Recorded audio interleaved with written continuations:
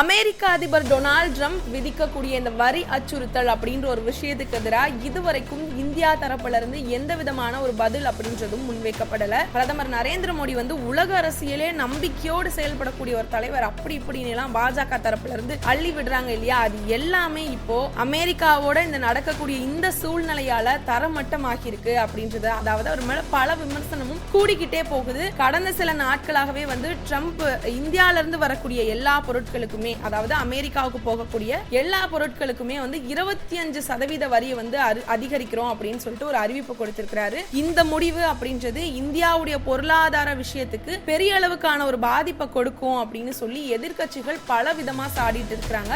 இப்போ இந்த வரி அப்படின்ற விஷயம் ஏன் விதிக்கப்படுது அப்படின்னு பார்த்தோம்னா, அதாவது அதிகரிக்கப்பட்டிருக்கு அப்படின்னு பார்த்தோம்னா, இந்தியா தொடர்ச்சியா ரஷ்யால இருந்து எண்ணெயை வாங்கிட்டு இருக்காங்க. அது அமெரிக்காவுக்கு பிடிக்காம போயிருச்சு அப்படின்றதுதான். இது ஒரு பக்கம் இருந்தாலும் இப்போ காங்கிரஸ் கட்சி தரப்புல இருந்து என்ன சொல்லப்படுது அப்படின்னா, இது எல்லாத்துக்கும் காரணம் அதானி தான்ப்பா, அதானிக்காக தான் மோடி அமைதியா இருக்கிறாரு அப்படின்றதுதான். அதானி இங்க என்னப்பா பண்ணாரு அப்படின்ற ஒரு கேள்வி நமக்கு எழுது இல்லையா. இதுல எதெல்லாம் உண்மை, எதெல்லாம் அரசியல் யுக்தி, இந்தியா அமெரிக்காவுக்கு இருக்கக்கூடிய உறவுகள்ல என்னெல்லாம் மாற்றங்கள் உருவாகும் அப்படின்றத பத்தியும், இருக்கக்கூடிய முழுமையான ஒரு விஷயத்தையும், இந்தியா அரசியல்ல உலக பொருளாதாரமும் எப்படியெல்லாம் பின்னி பிணைஞ்சிருக்கு அப்படின்றத பத்தி முழுமையான விஷயத்தை தான் இன்னைக்கு இந்த வீடியோல நாம பார்க்க போறோம்.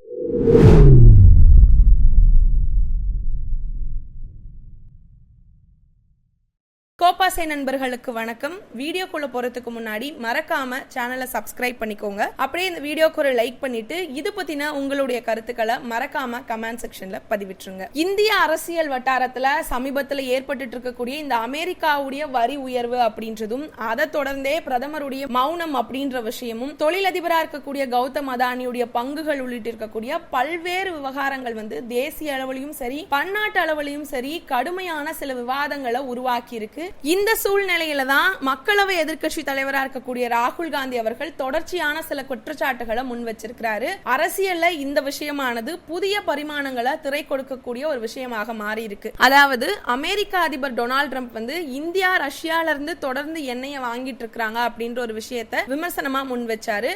இதுக்கு அடுத்ததான் இந்தியாவில இருந்து அமெரிக்காவில இறக்குமதி செய்யப்படக்கூடிய சில முக்கிய பொருட்களுக்கு எல்லாத்துக்கும் 25% கூடுதலான வரி அப்படின்றது விதிக்கப்படும் அப்படின்ற ஒரு அறிவிப்பையும் கொடுத்திருந்தாரு. இந்த தீர்மானம் அப்படின்ற விஷயம் இந்திய பொருளாதாரத்துக்கு பெரிய ஒரு அழுத்தத்தை ஏற்படுத்தக்கூடிய வகையில இருக்குதா, இல்ல இந்தியா அமெரிக்கா கிடையே ஒரு புதிய வர்த்தக ஒப்பந்தங்களுக்கு வழிவகுக்கக்கூடிய முயற்சியாக இருக்கா அப்படின்ற ஒரு கேள்வி எழக்கூடிய சூழ்நிலை இப்போ உருவாகி இருக்கு. பலருமே இதை வர்த்தக நடவடிக்கையாகவும், சிலர் இந்த விஷயமானது அரசியல் அழுத்தமாக தான் இருக்கு அப்படின்ற ஒரு பார்வையும் முன்வைக்கிறாங்க. இப்போ இந்தியாவுடைய உள்நாட்டு கொள்கைகள்ல வெளிநாட்டு தாக்கம் அப்படின்றது ஏற்பட்டிருக்குதா அப்படின்னு சொல்லக்கூடிய விவாதத்தையும் மீண்டும் முன்னிலைப்படுத்தக்கூடிய ஒரு விஷயமாக இது மாறி இருக்கு. மேலும் ட்ரம்புடைய 25% கூடுதலான வரி அப்படின்ற இந்த அறிவிப்பு இந்தியாவில பெரிய அளவுக்கான ஒரு எதிரொலியை ஏற்படுத்தி இருக்கக்கூடிய நிலையில மக்களவை எதிர்க்கட்சி தலைவராக இருக்கக்கூடிய ராகுல் காந்தி பிரதமர் நரேந்திர மோடியை கடுமையாக விமர்சிச்சிருக்கிறாரு. டொனால்ட் ட்ரம்ப்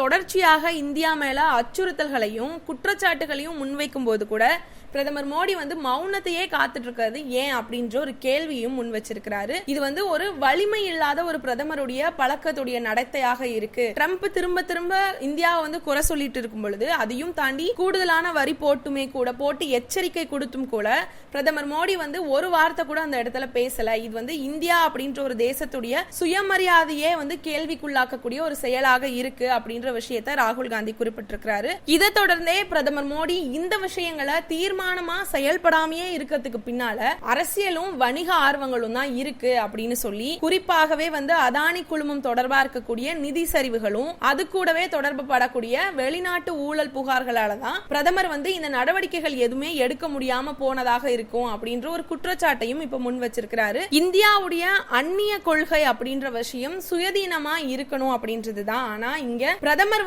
தனிப்பட்ட நெருக்கங்களாலையும் வெளிநாட்டு அழுத்தங்களாலையும் கட்டுப்பட்டு இருக்கக்கூடிய ஒரு நிலையில இருக்கிறாரு அப்படின்னு சொல்லி விமர்சனம் செஞ்சிருக்கிறாரு. இந்த கருத்து அப்படின்ற விஷயம் அரசியல் வட்டாரங்கள்ல விவாதங்களை உருவாக்கி இருக்கு. மேலும் 2020 ஆண்டு பிப்ரவரி 14 அன்னைக்கு காங்கிரஸ் தரப்புல இருந்து ஒரு நையாண்டி சமன்பாட்டை வந்து சமூக ஊடகங்கள்ல பதிவு செஞ்சிருந்தாங்க. அதாவது மகா பிளஸ் மிகா இஸ் ஈக்குவல் டு மிகா அப்படின்றதுதான். இப்போ இதுல அமெரிக்காவுடைய அதிபரா இருக்கக்கூடிய டொனால்ட் ட்ரம்ப் வந்து பிரபலமான தேர்தல் வாசகம் அப்படின்னு சொல்லி மேக் அமெரிக்கா கிரேட் அகெயின் அப்படின்றதும், பிரதமர் நரேந்திர மோடியுமே மேக் இந்தியா கிரேட் அகெயின் அப்படின்னு சொல்லக்கூடிய கருப்பொருள் அடங்கி இருக்கக்கூடிய கோஷங்களை ஒரே வரியில வந்து இணைச்சிருந்தாங்க. இரு தலைவர்களுக்கும் இடையே இருக்கக்கூடிய இந்த நெருக்கத்தை விமர்சனமா முன் வச்சது காங்கிரஸ். இந்த வார்த்தைக்கு பிணைப்பும் சரி, வெறும் நகைச்சுவையாக இல்லாம மோடியுடைய வெளிநாட்டு நட்பு, குறிப்பாகவே ட்ரம்போட அவர் வச்சிருக்கக்கூடிய நேர்மையான ஒரு தோற்றமோ இல்ல இந்திய நலனுக்கான ஒரு பாதிப்பை ஏற்படுத்தக்கூடிய வகையில இருக்கிறதாக சொல்லி அரசியல் குறியீடாக வந்துட்டு இது வந்து அமைஞ்சிருந்துச்சு. குறிப்பாக பார்த்தோம்னா அந்நிய அரசியலாளர்களுடைய யுக்திகளும் சரி, அணுகுமுறைகளும் இந்தியாவுடைய உள்நாட்டு கொள்கைக்கு எதிரான ஒரு தாக்கங்களை ஏற்படுத்துறதாக இருக்கு அப்படின்ற ஒரு எச்சரிக்கை கூடிய வகையில தான் இந்த விஷயமானது வந்து வடிவமைக்கப்பட்டதாக இருந்துச்சு. அமெரிக்காவுடைய தேர்தல் அரசியல்ல மேக் அமெரிக்கா கிரேட் அகெயின் அப்படின்னு சொல்லக்கூடிய அந்த மகா வந்து ஒரு மிக முக்கியமான பிரச்சார முத்திரையாக இருந்துச்சு. அதையே இங்க எதிரொலிக்கக்கூடிய வகையில மோடியுமே வந்துட்டு மேக் இந்தியா கிரேட் அகெயின் அப்படின்னு சொல்லக்கூடிய அந்த மிகா முயற்சியுமே இந்திய வர்த்தகமும் சரி, வேளாண்மை உள்ளிட்டு இருக்கக்கூடிய பல துறைகள்ல வெளிநாட்டு அழுத்தங்களை வந்துட்டு ஏற்கக்கூடிய ஒரு நிலைக்கு வந்து கொண்டு வந்துட்டாரு அப்படின்ற ஒரு குற்றச்சாட்டை காங்கிரஸ் முன் வச்சாங்க. இது மூலமா தான் மகா பிளஸ் மிகா இஸ் ஈக்குவல் டு மெகா அப்படின்னு சொல்லக்கூடிய ஒரு நகைச்சுவைக்கு பின்னால் இருக்கக்கூடிய ஒரு தீவிரமான அரசியல் விமர்சனம் அப்படின்றது ஒரு வெளிப்பட்டதாக இருந்துச்சு. மேலும் அதானி துறைமுகங்கள் மற்றும் சிறப்பு பொருளாதார மண்டல நிறுவனத்துடைய, அதாவது APSEZ நிர்வாக தலைவர் பதவியிலிருந்து கௌதம் அதானி வந்து திடீர்னு ராஜினாமா செஞ்சிருக்காரு. இந்த விஷயமானது அரசியல் வட்டாரத்துல பெரிய அளவுக்கான ஒரு கவனத்தை ஈர்த்திருக்கு. வெறும் நிர்வாக மாற்றம் மட்டும் இது கிடையாதுன்னு சொல்லி அமெரிக்காவில் அவர் எதிர்கொள்ளக்கூடிய நிதி சிக்கல்களுமே விசாரணைகளுக்கு இருக்கக்கூடிய முன்னோடியான நடவடிக்கையாகவே தான் இது பார்க்கப்படுறதாக இருக்கு அப்படின்ற ஒரு விஷயத்தை காங்கிரஸ் கட்சி தரப்புல இருந்து சொல்லப்பட்டிருக்கு. அதானியுடைய மோடி வந்து இருக்கக்கூடிய அந்த நெருக்கம் அப்படின்றதும் அரசியல் ஆதரவு இந்த ராஜினாமாவுக்கு பின்னால் இருக்கக்கூடிய காரணங்களை பற்றி இருக்கக்கூடிய கேள்விகளையும் எழுப்பி இருக்கு. இந்த செயல் அப்படின்றது அரசியல், வணிக மற்றும் சர்வதேச விசாரணைகளுக்கு இடையே இருக்கக்கூடிய இணைப்பை வெளிப்படுத்தக்கூடிய ஒரு முக்கிய நடவடிக்கையாகவும் அதோட சிக்கல்களுக்கான கதவுகளை திறக்கக்கூடியதாகவும் பார்க்கப்படுறதாக இருக்கு. அதிலையும் ராகுல் காந்தி தன்னுடைய எக்ஸ் தளத்துல குறிப்பிட்டிருந்த அந்த பதிவுல மோடி AA மற்றும் ரஷ்ய எண்ணெய் ஒப்பந்தங்கள் அப்படின்னு குறிப்பிட்டு கூறியிருக்கிறது அப்படின்றதுல AA அப்படின்றது தனிப்பட்டதாக எதையும் அவர் குறிப்பிடல அப்படின்னாலும் கூட அது அதானி மற்றும் அவருடைய நிறுவன குழுவை குறிக்கலாம் அப்படின்ற ஒரு விஷயமும் இங்க பார்வையாக பார்க்கப்படுது. இந்த ரகசிய குறிப்பு அப்படின்றது அரசியல் விமர்சனங்களுக்குள்ள ஒரு பரபரப்பான ஒரு மாற்றத்தையும் ஏற்படுத்தி இருக்கிறதாக இருக்கு. காங்கிரஸ் பேச்சாளராக இருக்கக்கூடிய ஜெய்ராம் ரமேஷ் தன்னுடைய ஆழமான ஒரு விமர்சனத்துல இன்றைய வெளியுறவு கொள்கை வந்து பெரிய அளவுக்கு தனிநபர் மயமாக்கப்பட்டிருக்கிறதாக குற்றத்தையும் சாட்டியிருக்கிறாரு. குறிப்பாக வந்து அவர் 1970களில் இந்திரா காந்தி அமெரிக்க அழுத்தங்கள் எல்லாத்தையும் எதிர்த்து நிலைத்திருந்தது போலவே மோடியும் தன்னுடைய ஈகோ எல்லாத்தையும் கடந்து தேசிய நலனுக்காக நின்று செயல்படணும் அப்படின்ற விஷயத்தையும் இந்த இடத்துல அவர் வலியுறுத்தி இருக்கிறாரு. இந்த விவகாரத்துல இந்திய அரசு தன்னுடைய அதிகாரப்பூர்வ ஒரு விளக்கத்துல எரிசக்தி கொள்முதல் முடிவுகள் சந்தை நிலை மற்றும் தேசிய நலன்கள் அடிப்படைகளாக கொண்டதாக இருக்கு அப்படின்றது தெரிவிச்சிருக்காங்க. இது வெளிநாட்டு அழுத்தங்கள் அதோடைய பொருளாதார சிக்கல்களுக்கு மத்தியில இந்தியா தன்னுடைய கொள்கை தன்னாட்சியை நிலைநிறுத்தக்கூடிய முயற்சி அப்படின்றதாக அவங்க எடுத்து காட்டியிருக்கிறாங்க. இதே வேளையில ராகுல் காந்தியுடைய விமர்சனம் அப்படின்றது இந்திய அரசு வெளிநாட்டு அழுத்தங்களுக்கு எவ்வளவு வெளிப்படையாக பதிலளிக்கிறாங்க அப்படின்ற ஒரு கேள்வியை எழுப்பக்கூடிய முக்கிய அரசியல் ஒரு செயல்பாடை வந்து வெளிப்படுத்தி இருக்கு. இந்த கருத்து அப்படின்றது சுயதீன வெளிநாட்டு கொள்கையுடைய நடைமுறை பற்றி சிந்தனையும் அதோடைய செயல்திறன் மதிப்பீடு செய்யக்கூடிய தேவையுமே இங்க வந்து முன் வச்சதாக இருக்கு.